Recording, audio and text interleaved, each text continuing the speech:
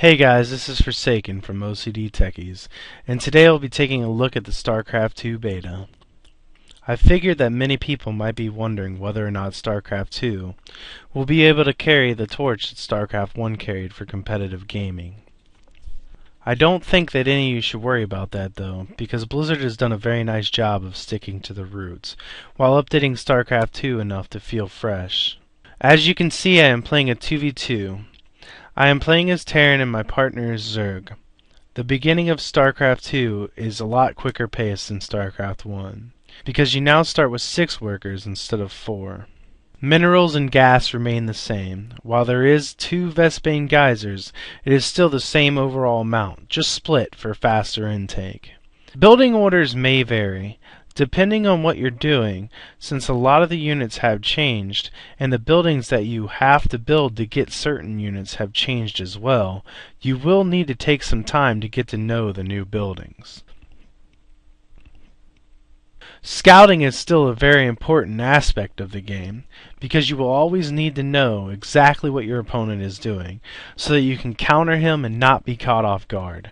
Right now in the beta, teching is a very important part of the game, and therefore gas is needed very early in the game, so that you can get the units that are going to carry you deep into late game, or otherwise your game may end a little bit quickly.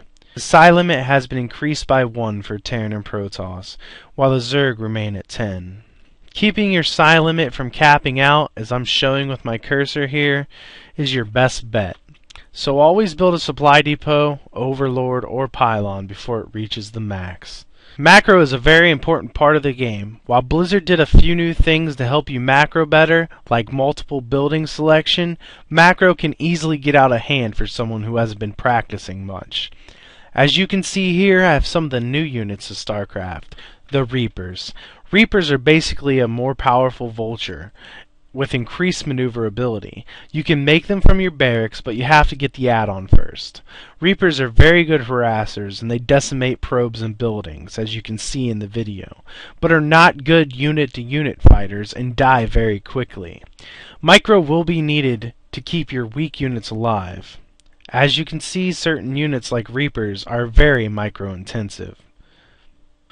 Cannons are not as strong as they used to be, and relying on them for defense is foolhardy. Since the game is still in beta, it is still being balanced, and right now there are several units on each side that are must-haves. These units are the Marauders, Roaches, and Colossus.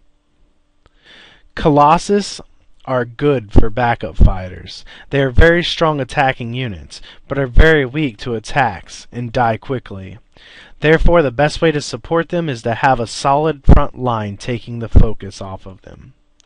As I said, this is all going to change because StarCraft 2 is still in beta, but I figured I would keep you updated on the status of one of the most anticipated RTS games of all time. Hope you enjoyed the review, and thanks for watching.